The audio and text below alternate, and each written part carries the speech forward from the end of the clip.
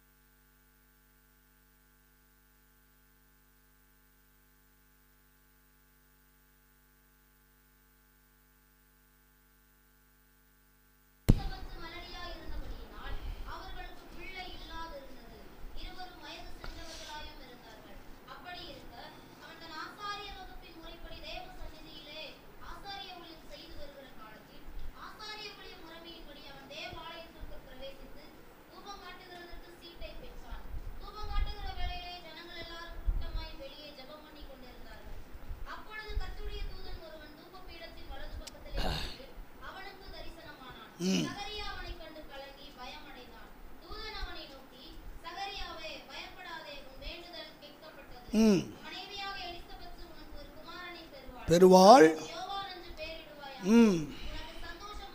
உண்டாகும், அநேகர் சந்தோஷப்படுவார்கள்,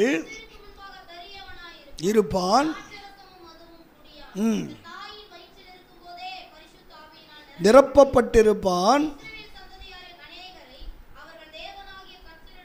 திருப்புவான், பிள்ளைகளிடத்திற்கும் நீதிமான்களுடைய ஞானத்திற்கும் திருப்பி ஆயத்தப்படுத்தும்படியாக பலமும் உடையவனாய் கைகளை உயர்த்தி கர்த்தரை மகிமைப்படுத்துவோமா? ஆண்டவருக்கு மகிமை உண்டு. அபிஷேகத்தின் நோக்கம் அல்லது அபிஷேகத்தின் முகாந்தரம் அப்படிங்கிற தலைப்பில் ஆண்டவருடைய வசனத்தை கடந்த வாரத்தில் தியானிப்பதற்கு ஆண்டவர் நமக்கு கிருபை தந்தார். ஆமாவா இல்லையா? கர்த்தருக்கு மகிமை உண்டு. அபிஷேகம் எதற்கு? அபிஷேகம் ரொம்ப பிரதானமான ஒன்று. அபிஷேகம் ஒரு பரிசுத்தவான் சொல்கிறாரு, அது பரலோகத்தின் டிக்கெட்டாம். எப்படி ஒரு ட்ரெயினில் போகிறதுக்கு, பஸ்ஸில் போகிறதுக்கு, ஆமாம் இப்போல்லாம் டிக்கெட் கிடையாது பாஸ் அப்படின்னாலும் இலவசம்னாலும் டிக்கெட் கொடுக்காங்களா இல்லையா? பெண்களுக்கு இலவசம் சொல்கிறாங்க, ஆனாலும் டிக்கெட்டு அவன் கணக்கு எங்கே கொண்டு போய் கொடுக்கணும். அதனால் டிக்கெட் இல்லாமல் ஆமாம் கள்ள ட்ரெயினில் என்ன செய்ய முடியாது, போக முடியாது. சில பேர் போவாங்க, மாட்டிக்குவாங்க. டிடிஆர்ட்ட மாட்டிக்கிட்டாங்கன்னா ஆமாம் பல மடங்கு சேர்த்து மொத்தமாக இணைஞ்சிருவாங்க, ஃபைன் போட்டுருவாங்க. அதனால் டிக்கெட் இல்லாமல் போக முடியாது. அதுபோல் பரலோகத்துக்குள்ளே பிரவேசிக்கணும்னா அதுக்கு ஒரு டிக்கெட் இருக்குது. அது என்ன டிக்கெட்டு அப்படின்னா பரிசுத்த ஆவியின் அபிஷேகம்தான். அல்லேலூயா. அவர் இல்லாமல் பரலோகத்துக்குள்ளே என்ன செய்ய முடியாது, அவர் இல்லாமல் பரலோகத்துக்குள்ளே. ஏன்னா மணவாட்டி ஆகிய சபையை ஆயத்தப்படுத்துகிறவரே பரிசுத்த ஆவியானவர் தான். ஆமாம், எது மணவாட்டி அப்படின்னா சபைதான். என்னது? நீங்களும் நானும் சபையாய் காணப்படுகிறோம். என்ன கையை காணும்? நீங்களும் நானும் சபையாய் காணப்படுகிறபடினாலே இந்த மணவாட்டி ஆகி இந்த சபையை மணவாளனுக்கு ஏற்ற ஒரு சபையாக அவர் என்ன செய்கிறாரு, மாற்றிக்கொண்டே இருக்கிறாரு. ஆமேன்னு சொல்லுங்க. சபை எப்போ ஆயத்தமாகுதோ மணவாளன் ரெடி ஆயிடுவார். மணவாளன் வர ஏன் தாமதமாகிக்கிட்டு இருக்குது அப்படின்னா சபை இன்னும் என்ன செய்யலை, மணவாளனை சந்திக்கிறதுக்கு ஆயத்தமாகலை. ஆமேன்னு சொல்லுங்க. கர்த்தருக்கு மகிமை உண்டாதாக. திருமணம் நடக்கும், சபைகளில் திருமணம் நடக்கும். அப்படி திருமணம் நடக்கும்போது பார்த்தீங்கன்னா மணவாளனை கூப்பிட்டு முதல்ல உட்கார வச்சுருவாங்க. மணவாளன் வெயிட் பண்ணிக்கிட்டு இருப்பார். எதுக்கு? மணவாட்டி வர்ற வரைக்கும் மணவாளன் என்ன செய்யணும், வெயிட் பண்ணித்தான் ஆகணும். தோத்துறோம். மணவாட்டி என்ன செய்கிறாங்க அப்படின்னா மணவாட்டி ஆயத்தம் பண்ணிக்கிட்டு இருப்பாங்க.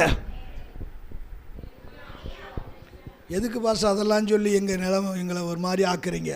மணவாட்டியை அலங்கரிச்சுக்கிட்டு இருப்பாங்க. அந்த அலங்காரமெல்லாம் முடிஞ்ச பிற்பாடு மணவாட்டியை அழைச்சிட்டு வரும்போது மணவாளை முதற்கொண்டு எழுந்து நின்று வரவேற்கணுமா? நான் சொல்கிறேன், மணவாட்டி ஆகிய இந்த திருச்சபையை அல்லேலூயா சொல்லுங்க, நம்மளை தோத்திரம் பரிசுத்த ஆவியானவர் அழைத்து போகும்போது அங்கே இருக்கிற அத்தனை பரிசுத்தவான்களும் எழுந்து நின்று நம்மை வரவேற்பாங்க. அல்லேலூயா. எழுந்து நின்று நம்ம வரவேற்பாங்க. ஏன்னா நீங்களும் நானும் கனத்துக்குரியவங்க. மணவாளனும் எந்திரிச்சு நின்று வரவேற்பாராம். ஆமென். ஆமாம், ஸ்தேவான் இரத்த சாட்சியா மரித்த போது முழங்கால் படியிட்டு வானத்தை அண்ணாந்து பார்க்கிறாரு. வேதம் சொல்லி, இதோ பிதாவின் வலது பார்சத்தில் மனுஷகுமாரன் நிற்கிறதை நான் காண்கிறேன். கையை உயர்த்தி மணவாளன் இயேசு நம்மளை எழுந்து நின்று என்ன செய்வாரா?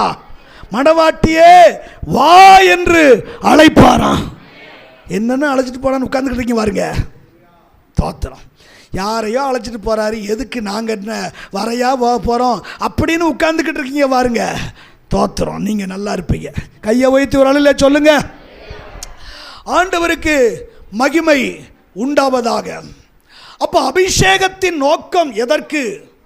அபிஷேகத்தின் முகாந்தரம் எதற்கு அப்படின்னா, பரலோகத்துக்குள்ளே போகிறதுக்கே நமக்கு என்ன வேணும்? என்ன வேணும்?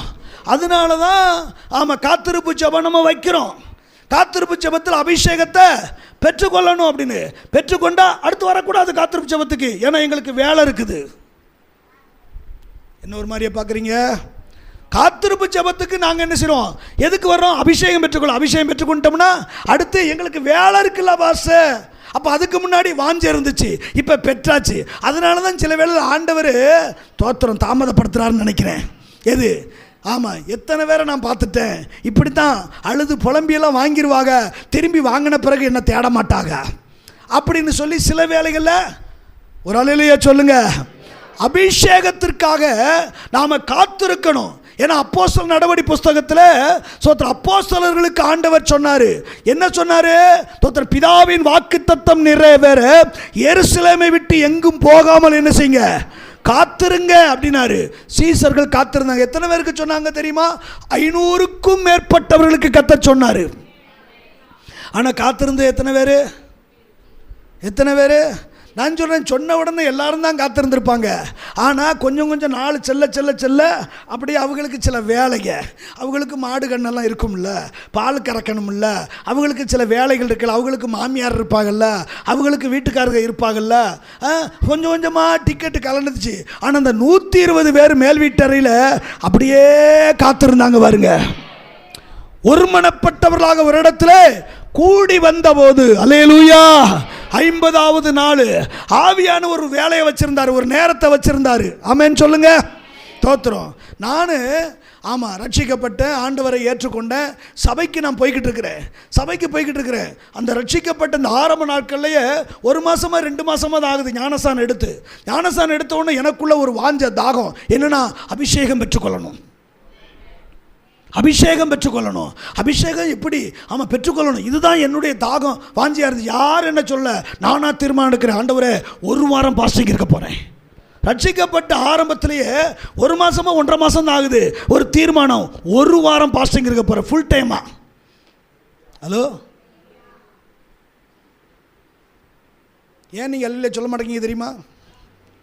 அப்படி சொல்லி கடைசியில் எங்களை சொல்லிவிடுங்க பாஸ். அதனால் இருக்கீங்களா? கையை வைத்து ஒரு தீர்மானம் எடுக்கிறேன், 1 வாரம் நான் பாஸ்டிங் இருப்பேன். இந்த 1 வாரத்துக்குள்ளே எனக்கு என்ன செய்யணும்? அபிஷேகத்தை நீங்கள் தரணும் ஆண்டவரை அப்படின்னு ஒரு தீர்மானம் எடுத்து. பாஸ்டிங் எனக்கு அனுபவம் கிடையாது, எப்படி பாஸ்டிங் இருக்கணும், எப்படி ஜெபம் பண்ணிக்கிட்டு இருக்கணும் தெரியாது. தோத்திரம். டெய்லி சர்ச்சுக்கு போவேன், வேலை செய்கிறேன், கான்ட்ராக்ட் எடுத்து விளைஞ்சிக்கிட்டு இருக்கிறேன். தோத்திரம். டெய்லி சர்ச்சுக்கு போவேன், காலையில் 1 மணி நேரம் போய் ஜெபம் பண்ணுவேன். ஆமென் சொல்லுங்கள். மத்தியானம் சாப்பாட்டை ஒரு 1 ஹவர், அந்த நேரமும் சர்ச்சுக்கு வந்துடுவேன். சர்ச்சுக்கு வந்து அப்போ ஒரு 1 மணி நேரம் ஜெபம் பண்ணுவேன். டெய்லி வீட்டு கூட்டம் இருக்கும், டெய்லி வீட்டு கூட்டத்துக்கு போயிடுவேன் பாஸ்டர் கூட. அங்கே போய் அவங்களோட ஜெபத்தில் போய் தரித்திருப்பேன். இவ்வளவு தான். எவ்வளோ நேரம் ஜெபம் பண்ணணும்னு எனக்கு தெரியாது.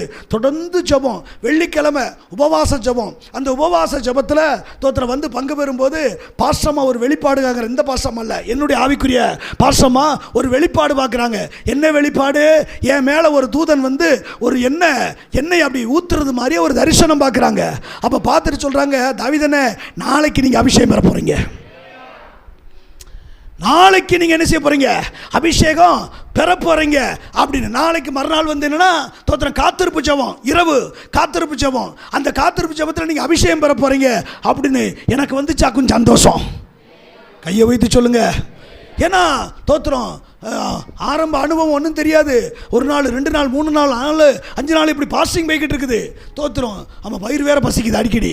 அதனால தோத்திரம். இப்போ அபிஷேகம் அப்படின்னு ஒன்று, கர்த்தரன் அபிஷேகம் பண்ண போறாரு அப்படின்னு சொல்லி அப்படியே எனக்குள்ள இனம் புரியாத சந்தோஷம், மகிழ்ச்சி வருது.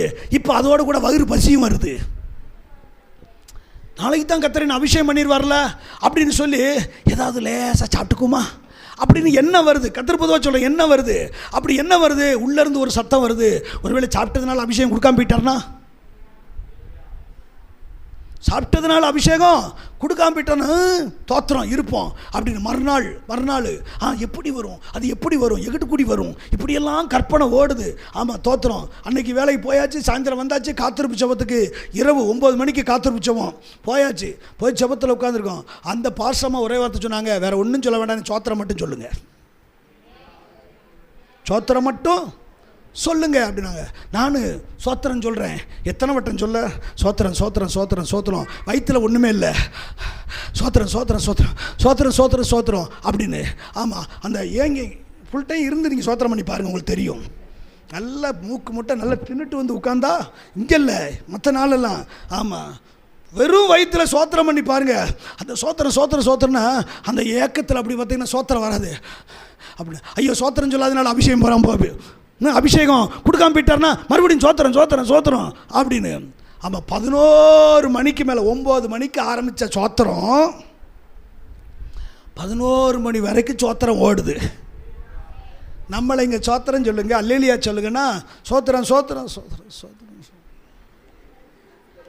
உற்சாகமாக கத்திர சோத்திரம் பண்ணுவோம். சோத்திரம் சோத்திரம் சோத்திரம். அதுக்குள்ளே 2 வேடிக்கை, எங்கிட்டு பார்க்க அங்கிட்டு பார்க்க. தோத்திரம் சோத்திரம் வாயிலிருந்து நிச்சயம் நடக்குது. ஆமாம், ஒரு தோத்திரம் 11 மணி வரைக்கும். இந்த 11 மணி வேளையில் பாசாமல் என் பக்கத்தில் வர்ற அந்த சத்தம் கேட்கு. அப்படி வந்த உடனே தோத்திரம் என் தலையில் அப்படி கையை வச்சாங்க பாருங்க. வச்ச அடுத்த நிமிஷம் கேட்டுக்கோங்க, ஒரு அல்லேலூயா சொல்லுங்க. அபிஷேகம் அபிஷேகம் அப்படி ஊற்றப்பட்ட உடனே கீழே கட்டந்து உருண்டு தோத்துறோம். அதில் ஒரு காரியம் என்னன்னு சொன்னால், ஆமாம், ஒவ்வொருத்தருக்கு ஒருத்தர் கரங்களை நம்ம பிடிச்சு கொள்வோம் அப்படின்னு வேற பாஸ்டர் சொல்லிட்டாரு. கையை வேற பிடிச்சிருக்கிறோம்.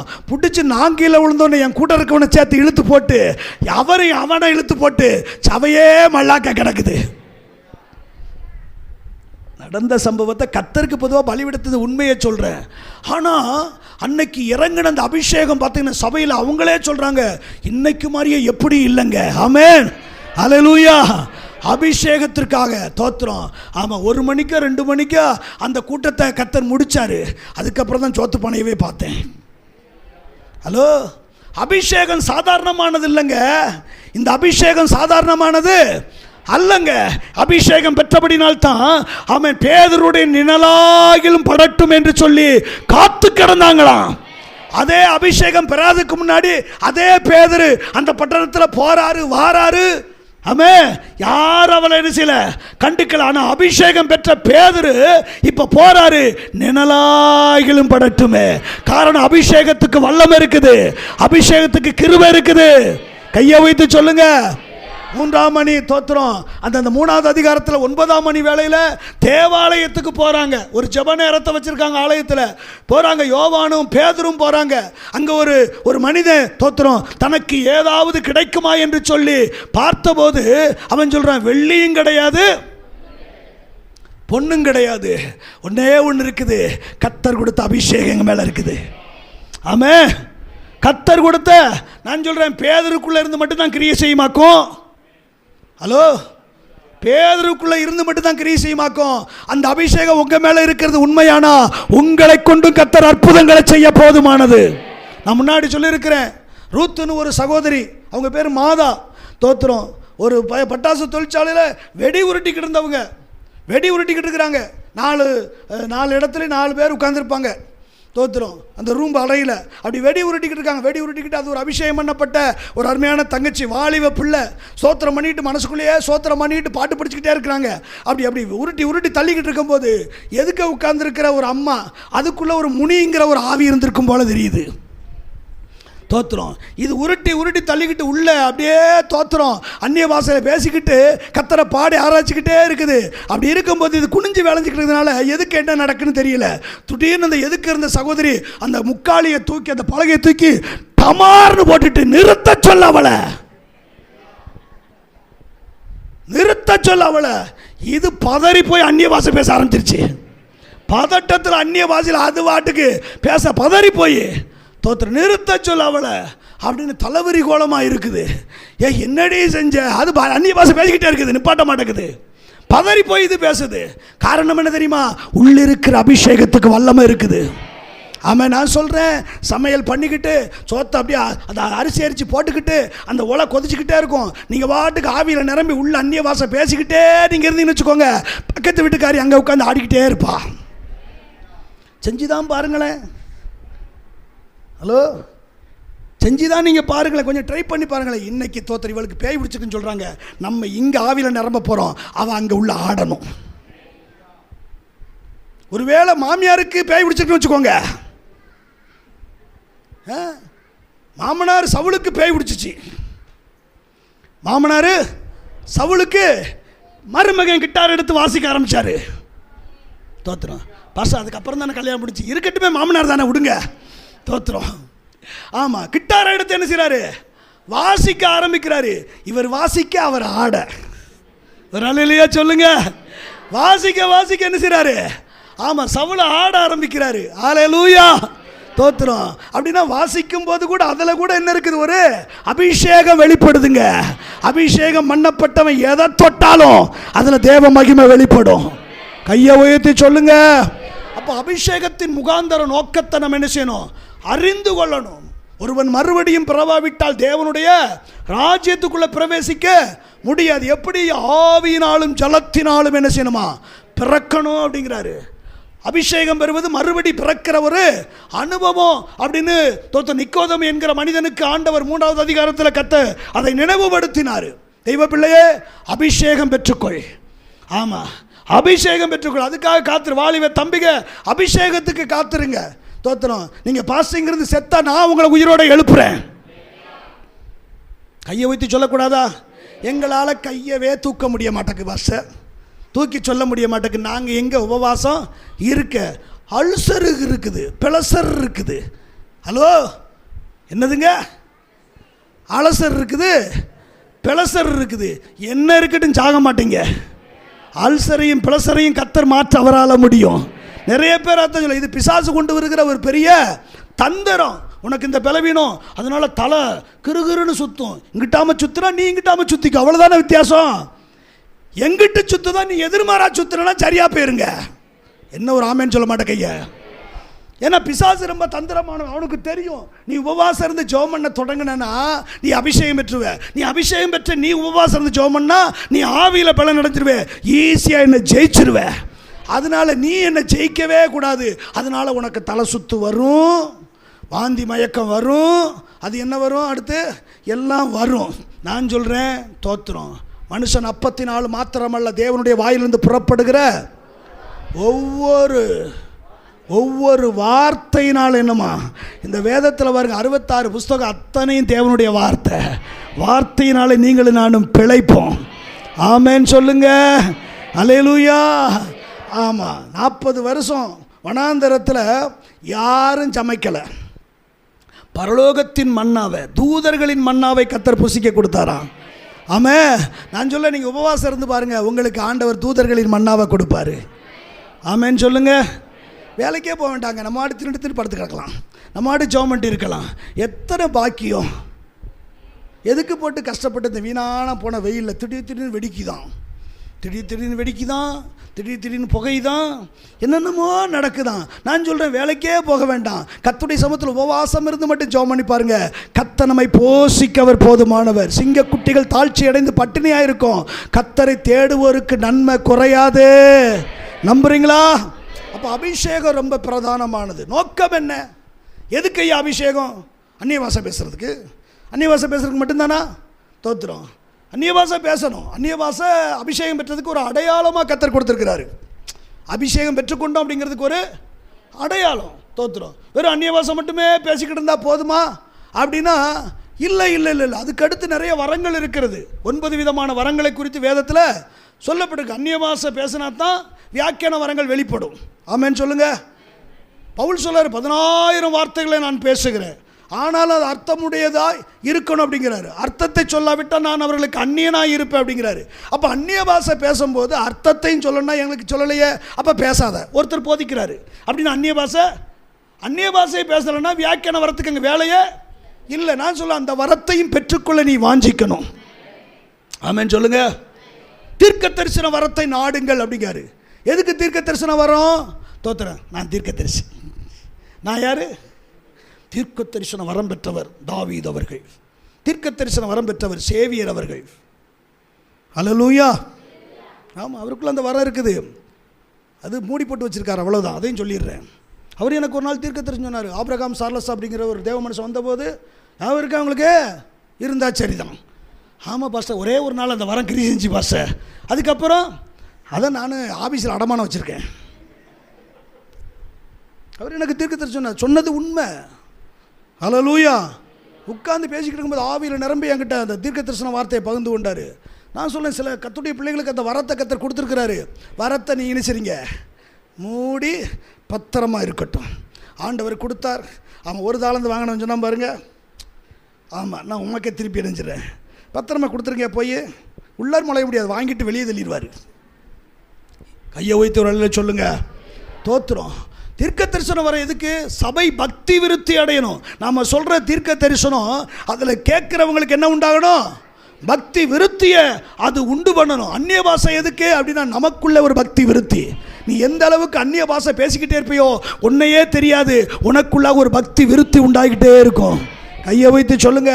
வெளிப்பாடு இருக்குது, தோத்திர வியாக்கியானம் இருக்கிறது, ஆவிகளை பகுத்தறிகிற வரங்கள் இருக்குது, போதிக்கிற வரங்கள் இருக்கிறது. வரங்களுக்காகவும் நம்ம என்ன செய்யணும்? எல்லாம் அபிஷேகத்துக்குள்ள. அபிஷேகம் பெறாமல் இது நமக்குள்ள என்ன செய்யாது? வெளிப்படாது. காத்திருங்க, கேட்போமே. கத்தருக்காக கொஞ்ச காலம் தான் இருக்க போறோம், கொஞ்ச நாள் தான் இருக்க போறோம். சீக்கிரமா என் ராஜா வர போறாரு. என் ஆண்டவர் வருகைக்குள்ளாக ஏதாவது ஒன்றை பூமியில் நம்ம செஞ்சுட்டு கடந்து போக நம்ம பிரயாசப்படுவோம். ஆமென். அப்ப அபிஷேகத்தின் நோக்கம் எதற்கு? இங்கே ஒரு மனிதனை குறித்து சொல்லுகிறார். தாயின் வயிற்றிலே இருக்கும் போதே கர்த்தர் அவனை நினைஞ்சாராம், அபிஷேகத்தால் நிரப்பி வைத்தார்னா. எதுக்கு? அடுத்த வசனம் சொல்லுது, சந்ததியாரில் அநேகரை இணைஞ்சவரா. அப்போ நோக்கம் என்ன? அபிஷேகம். தோத்திரம். ஆண்டவரை அறியாத ஜனங்கள் அவர்களை கர்த்தரண்டை திருப்புவதற்காக. ஆமென் சொல்லுங்க. அறியாத ஜனங்களை கர்த்தரண்டை திருப்பி கொண்டு வருவதற்காக. அறிஞ்ச ஜனங்களையும் கூட, அறிந்தும் கூட அவங்க பின்வாங்கி போன கல்லையும் மண்ணையும் வணங்கி கொண்டிருக்கிற ஜனங்களை கர்த்தரண்டை திருப்புவதற்காக. எனக்கு இதில் ரொம்ப பிடிச்ச ஒரு காரியமும் இருக்குது.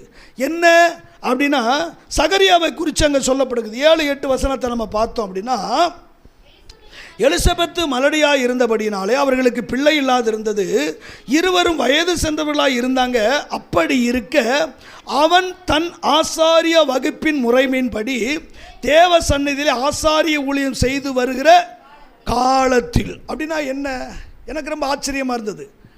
வயது சென்றவங்க, தனக்கு ஒரு தேவை,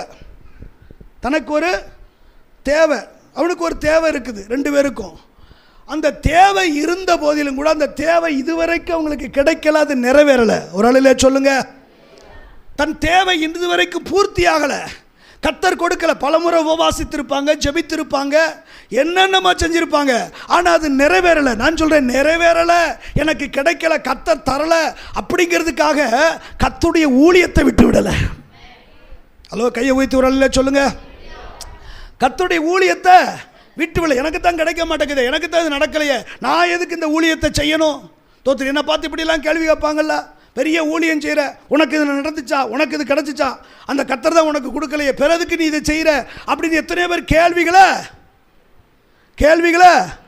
ஆமாம், ஒரு சில காரியங்களை நம்மளை ஊர் ஜனம் கேட்குதுல, நீ எல்லாம் கோயிலுக்கு தான் போகிற, உன் பிரச்சனை மாற மாட்டேக்குது, உன் கடன் தீர மாட்டேக்குது, உன் கஷ்டம் தீர மாட்டேக்குது, உன் பலவீனம் மாற மாட்டேக்குது, அப்படி கேட்குறாங்களா இல்லையா? கேட்குறாங்களா இல்லையா? கேட்கலன்னா நான் ஜெபம் பண்ணுறேன், இனிமேல் கேட்பாங்க.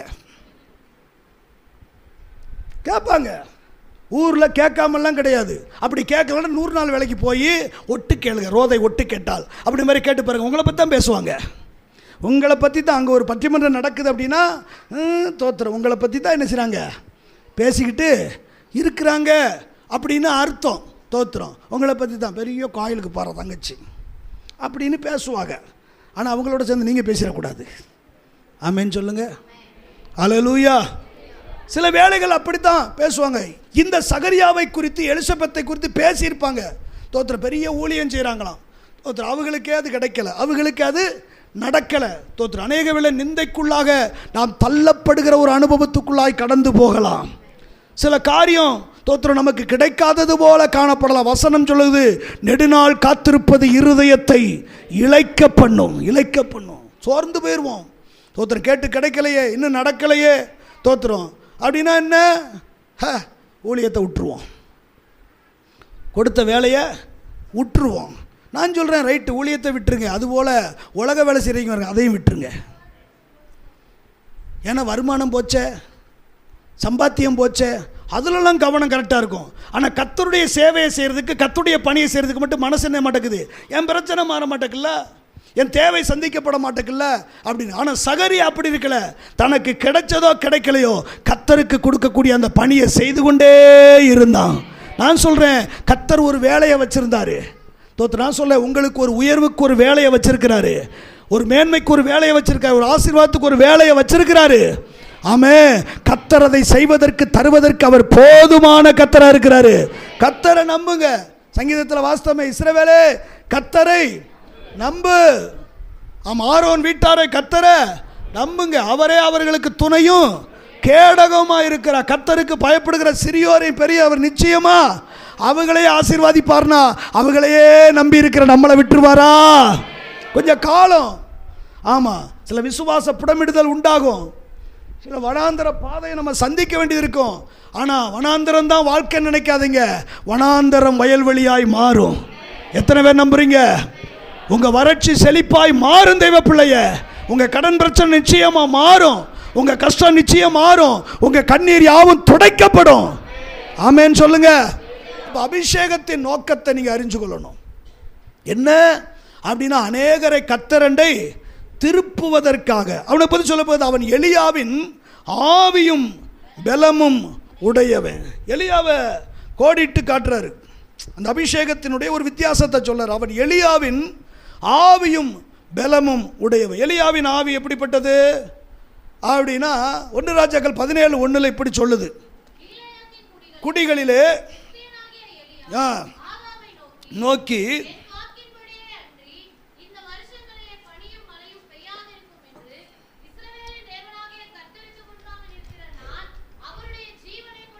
கையை வைத்து ஒரு ஆளில சொல்லுங்க. இந்த ஆவி எப்படிப்பட்டதுன்னா, எல்லா காரியத்துக்கும் கர்த்தருக்கு முன்பதாக நிற்கிற அனுபவம். ஆமா, அபிஷேகம் ஒரு மனிதன் பெற்றுக்கொண்ட அந்த அபிஷேகம் எங்கே தான் நடக்கும்னா, தேவ பிரசன்னத்துக்குள்ளே தான் நடத்தும், தேவ சமூகத்துக்குள்ளே தான் நடத்தும். இருக்கீங்களா? நீங்கள் அபிஷேகம் பெற்றது உண்மைனா, அந்த ஆவியானவர் உங்களை எங்கே தான் நடத்துவாராம்? தேவ சமூகத்துக்கு நேராக, தேவ பிரசன்னத்துக்கு நேராக, தேவனுடைய பாதத்துக்கு நேராக தான் நடத்துவார். நாம தான் அவரை மட்டுப்படுத்துவோம்.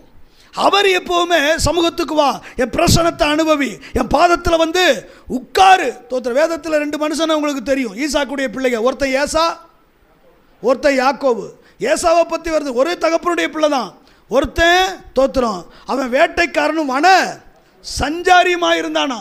அவன் வனத்தில் திரியிறவன், ஒரு இடத்துல இருக்கவே மாட்டான். தோத்திரம், நம்ம வீட்டுக்கு முன்னாடி ஒரு நாய் ஒன்று அடிக்கடி ஓடும்.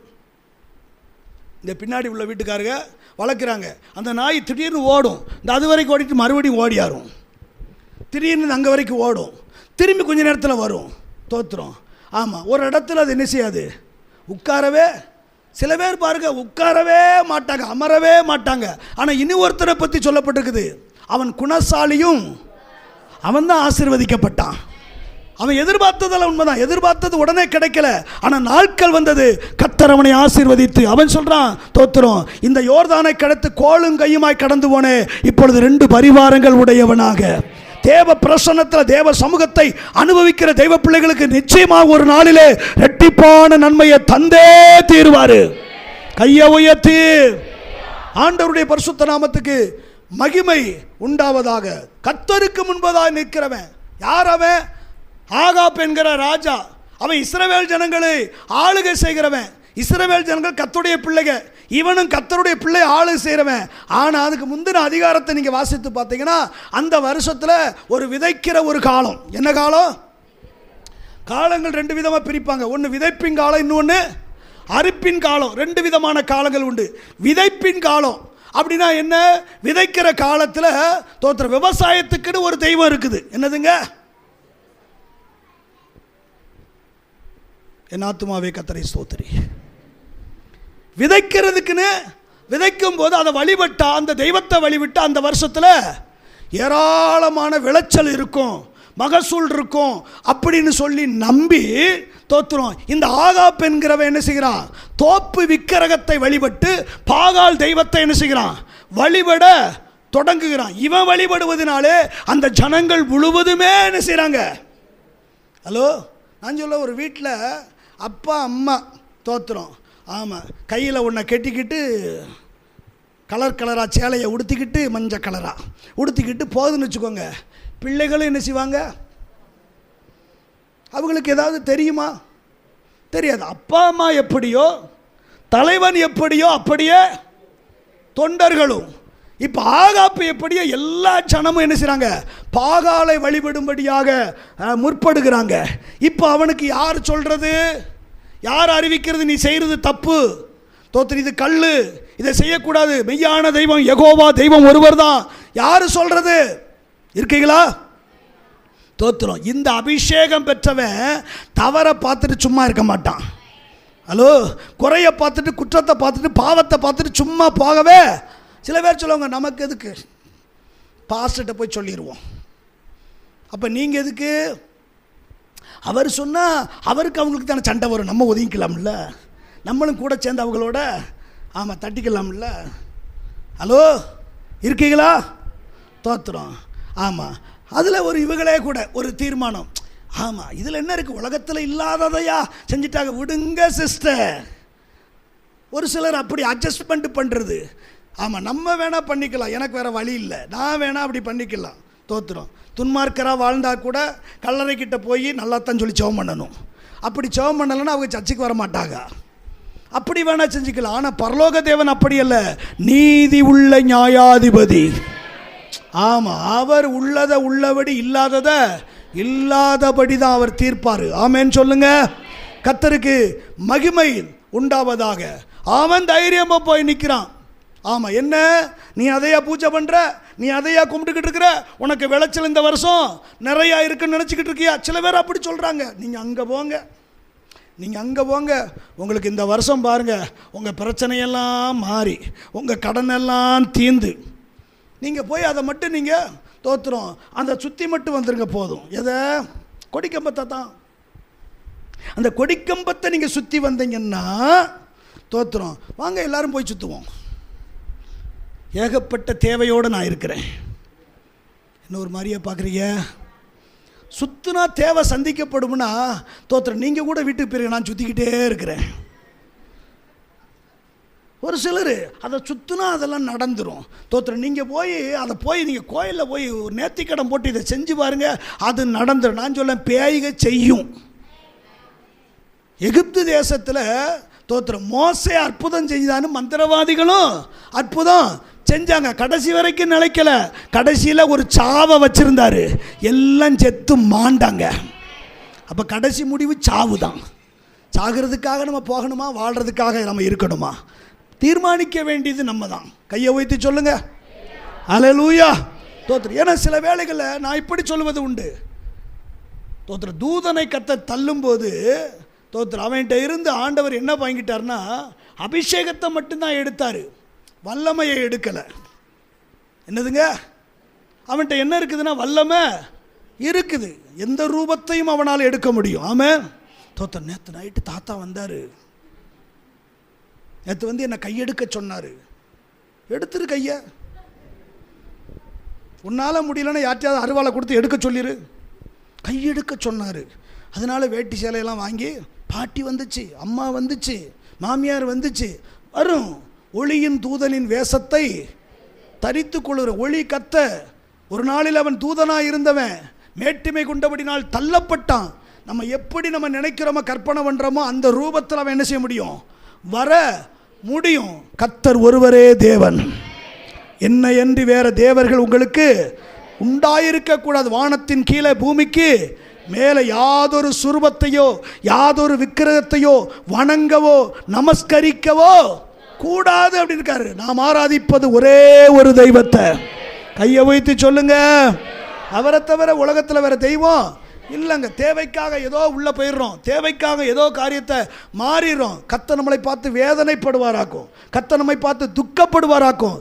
தேவனுடைய இருதயத்தை காயப்படுத்தி தேவனுடைய நன்மைகளை ஒரு நாளும் பெற்றுக்கொள்ளவே முடியாது. கையை வைத்து சொல்லுங்க. ஆகாப்பு அவனுக்குள்ள என்னென்ன ஆசீர்வாதம் கிடைக்கும்னு சொல்லி அதை வழிபட தொடங்கினான்.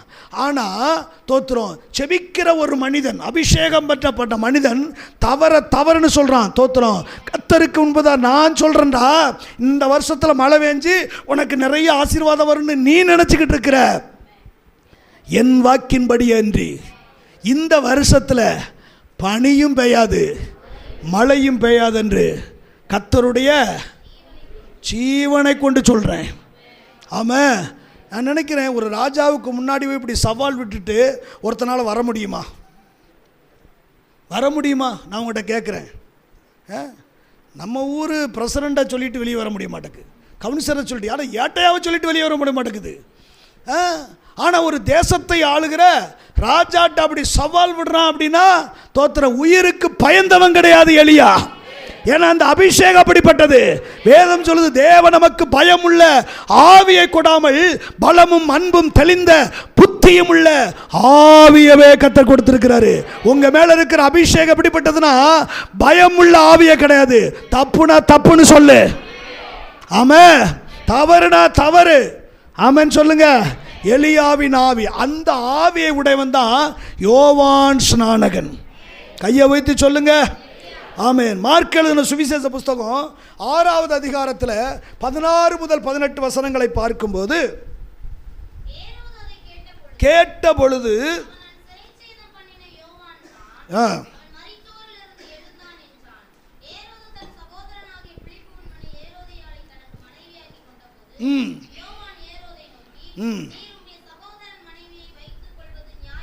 யாரு சொல்றா? யோவான் ஸ்நானகன் ஏரோதுங்கிற ராஜாட்ட போய் சொல்கிறாரு.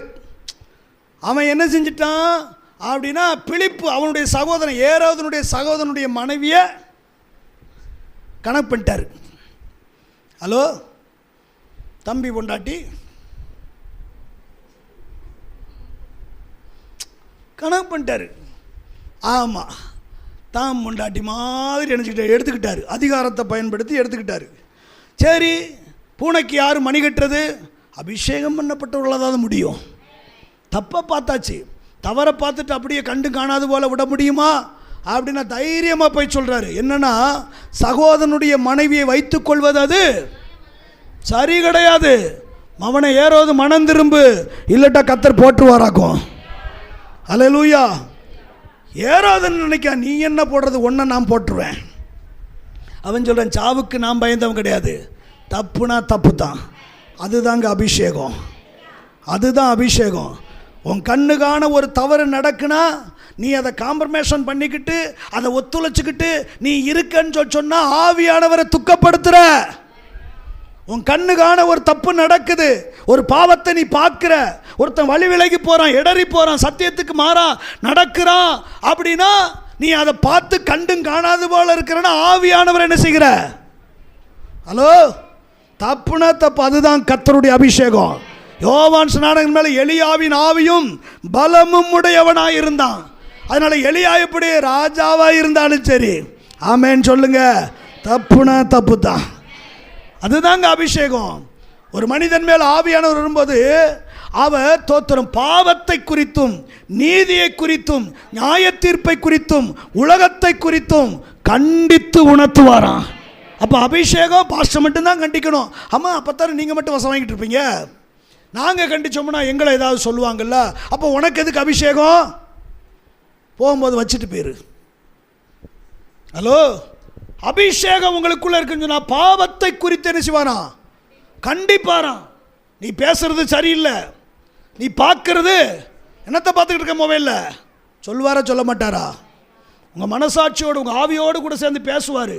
நீ பார்க்கறது சரியில்லை, நீ பேசுறது சரியில்லை, நீ போகிற இடம் சரியில்லை, அந்த நபர் சரியில்லை, அந்த நபரோடு கூட நீ தொடர்பு வச்சுக்காத, அந்த நபரோடு கூட பேசாத, அந்த கால் அட்டன் பண்ணாத, இப்படியெல்லாம் கர்த்தர் பேசுவாராக்கும் உணர்வு இருந்தா. அரசு மருத்துவமனையில் எழுதி போட்டிருப்பாங்க, சொரணையற்ற தேமல், ஆமாம், உணர்ச்சியற்ற தேமல் தொழுநோய்க்கு. அப்படின்னா என்ன? ஒரு இடத்துல குத்துனா உனக்கு சொரணை இல்லையா, உணர்ச்சி இல்லையா, அப்படின்னா அந்த இடத்துல குஷ்டம் வருதுன்னு அர்த்தமா. உனக்கு எவ்வளவுதான் கர்த்தர் பேசியும் உள்ள உணர்வு வரலன்னா உனக்குள்ள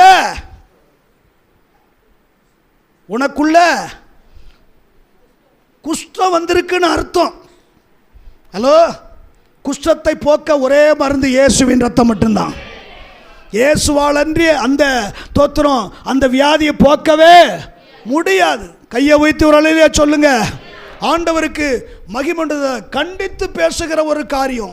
அதோடு மட்டுமல்ல, எலியாவின் மேல் இருந்த அபிஷேகம் என்ன? அந்த 1 ராஜாக்கள் 18வது அதிகாரத்தில் 15 முதல் 39 வசனங்கள் வரை பார்க்கும்போது, ஆமே தோத்திர, கர்த்தரை விட்டு வழி விலகி போன ஜனங்கள், கர்த்தரை விட்டு வழி விலகி போன ஜனங்களை கர்த்தர் ஒருவரே தேவன் என்று வானத்திலிருந்து அக்கினியை இறக்கி கர்த்தரே தேவன் என்று திருப்பினான் அந்த எலியா. அந்த ஆவியும் பலமும் உடையவன் தான் இந்த யோவான் ஸ்நானகன். ஆமென் சொல்லுங்க. வசனம் சொல்லுது, மத்தேயு 3வது அதிகாரத்தில் 1 முதல் 6 வசனங்கள். அந்நாட்களில் யோவான்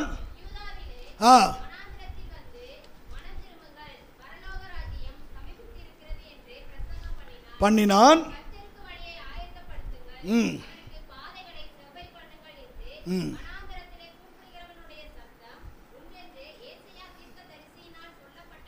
இவனே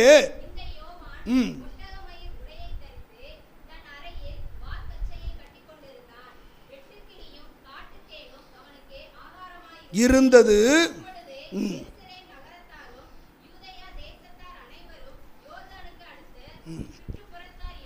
நல்லா கவனிங்க. எருசலேம் நகரத்தார் யாவரும், யூதயா தேசத்தில் உள்ள அனைவரும், யோர்தானுக்கு அப்புறத்தில் உள்ள சுற்றுப்புறத்தார் யாவரும் அவனிடத்தில் வந்து. அல்லேலூயா. எவ்வளவுங்க அந்த அபிஷேகம் பாருங்க. தோத்திரம். அந்த நாட்களில் மல்கியா தீர்க்க தரிசன புஸ்தகத்துக்கும் மத்தேயுக்கும் இடையிலே 400 ஆண்டுகள் தேவனுக்கும் மனிதனுக்கும் எந்த தொடர்பும் இல்லாத காலகட்டத்திலே அபிஷேகம் பண்ணப்பட்ட ஒரு மனிதன் அத்தனை பேரையும் கர்த்தரண்டை திருப்புகிறான். காரணம் என்ன? அவன் மேல் இருந்த அபிஷேகம். இதை கேட்கிற கர்த்தருடைய ஜனமே, நீ அபிஷேகம் பண்ணப்பட்ட ஒரு தெய்வ பிள்ளையாய் இருப்பாயானால், கர்த்தரை விட்டு வழி விலகி போன ஒரு கூட்டம் உனக்கு முன்பதாக இருக்கிறது. கர்த்தரை அறியாத ஒரு கூட்டம் இருக்கிறது. எதற்காக கர்த்தர் உனக்கு அபிஷேகம் கொடுத்திருக்கிறார் என்று சொன்னால், அப்படிப்பட்டவர்களை கர்த்தரண்டை திருப்புவதற்காக. யோவான் ஸ்நானகன் அந்த தேசத்தில் உள்ள அத்தனை பேரையும் கர்த்தரண்டை அவன் திருப்பினான். அபிஷேகத்தின் நோக்கம் வழி விலகி போனவர்களை கர்த்தரண்டை திருப்புவதற்கு. ஒரு காரியத்தை சொல்லிட்டு நான் அப்படி முடிச்சிடறேன், ஏன்னா அது ஒரு பெரிய பகுதி. ஆனால் நான் சொல்லிட்டு முடிச்சிடறேன். 2வது அபிஷேகத்தின் நோக்கம் முகாந்தரம். ஏசாயா எழுதின தீர்க்க தரிசன புஸ்தகம் 61வது அதிகாரம் 1வது வசனம். ஆவியானவர் என் மேலே இருக்கிறார், அறிவிக்க அபிஷேகம் பண்ணினார்.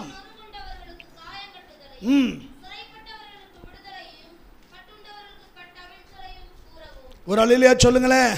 2வது அபிஷேகத்தின் நோக்கம் முகாந்திரம் எதுக்கு அப்படின்னா, அந்த வசனம் தெளிவாய் சொல்லுகிறது. என்ன சொல்லுது? சிறுமைப்பட்டவர்களுக்கு சுவிசேஷத்தை அறிவிக்க கர்த்தர் என்னை அபிஷேகம் பண்ணினா. அப்போ அபிஷேகம் எதுக்கு அப்படின்னா, சுவிசேஷம் அறிவிப்பதற்கு. ஹலோ, எதுக்குங்க?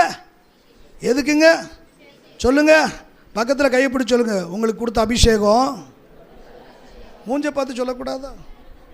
உங்களுக்கு கொடுத்த அபிஷேகம் சுவிசேஷம் அறிவிக்க, சங்குன்னு குதிக்கல. எதுக்கு அபிஷேகமா? தோற்று சிறுமைப்பட்டவர்களுக்கு சுவிசேஷத்தை அறிவிக்க கர்த்தர் என்னை அபிஷேகம் பண்ணி. அப்போ அபிஷேகத்தின் நோக்கம் என்ன? சுவிசேஷம் அறிவிக்கணும். அதுதான் கர்த்தருடைய ராஜ்யத்தின் பணி, ஆண்டவரை பற்றி நான் சொல்கிறேன். நம்ம குடும்பத்தில் எத்தனை பேர் ரட்சிக்கப்படாமல் இருக்கீங்க? எத்தனை பேருக்கு இயேசுவை பற்றி நம்ம பேசியிருக்கிறோம்? நம்ம பக்கத்து வீடுகளில், பக்கத்து குடும்பங்களில் எத்தனை பேர் இன்னும் ரட்சிக்கப்படலையே, கல்லையும் மண்ணையும் ஆராதிக்கிறாங்களே, எத்தனை பேருக்கு நம்ம சுவிசேஷத்தை குறித்து சொல்லியிருப்போம்? வேதத்தில் அன்னாள் என்கிற ஒரு வயதான மூதாட்டி, 84 வயதுள்ளவள், அவளும் அந்நேரத்தில் வந்து இயேசுவை குறித்தே பேசினாள். நான் சொல்ல, போன ஞாயிற்றுக்கிழமை வந்துட்டு போனோம், இன்னைக்கு வந்திருக்கிறோம் நம்ம. தோத்திரம் இடைப்பட்ட இந்த தோத்திரம் 6 நாட்கள் எத்தனையோ ஆயிரக்கணக்கான வார்த்தைகளை பேசியிருப்பேன். நான் சொல்கிறேன், இந்த வார்த்தைகளில் எத்தனை பேர் இயேசுவை பற்றி மற்றவர்களுக்கு பேசியிருக்கிறீங்க? அல்லேலூயா. இயேசுவை பற்றி எத்தனை பேருக்கு நம்ம பேசியிருப்போம்? ஆண்டவருடைய அபிஷேகம் எதற்கென்று சொன்னால் சுவிசேஷம் அறிவிப்பதற்காக. 1 நாளாகமத்தின் புஸ்தகம் 16வது அதிகாரம் 23ஆம் வசனம் இப்படி சொல்லுகிறது. 1 நாளாகமம் 16:23, பூமியின் குடிகளே கர்த்தரை பாடி நாளுக்கு நாள் அவருடைய ரட்சிப்பை சுவிசேஷமாய், மாசத்தில் ஒரு நாள் போய் அறிவிங்க அப்படின்னு சொல்லலை. சங்கீதக்காரன் தாவீது மூலமா ஆவியான சொல்றாரு. என்ன சொல்றார்? பூமியின் சகல குடிகளே, ரட்சிக்கப்பட்ட ஜனமே, ஆமா, அவருடைய ரட்சிப்பின் சுவிசேஷத்தை நாளுக்கு நாள் என்ன செய்யுங்க? ஒவ்வொரு நாளும் நம்ம அறிவிக்கணுமா?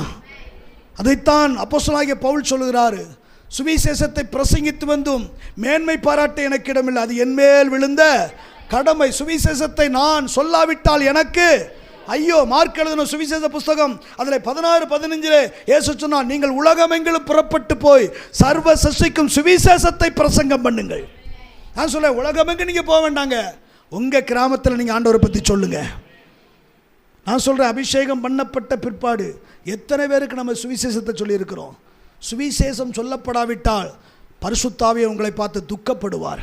ஏன்னா அபிஷேகத்தின் நோக்கமே தரித்திரர்களுக்கு சுவிசேஷம் அறிவிக்கும்படி, சிறுமைப்பட்டவர்களுக்கு சுவிசேஷத்தை சொல்லும்படி. இன்றைக்கி நாம் அப்படி செய்கிறோமா? இல்லை, ஏன்னா இதுவரைக்கும் செய்யலைன்னா ஆண்டவரே இன்றைக்கு நான் அதற்கு என்னை அர்ப்பணிக்கிறேன்.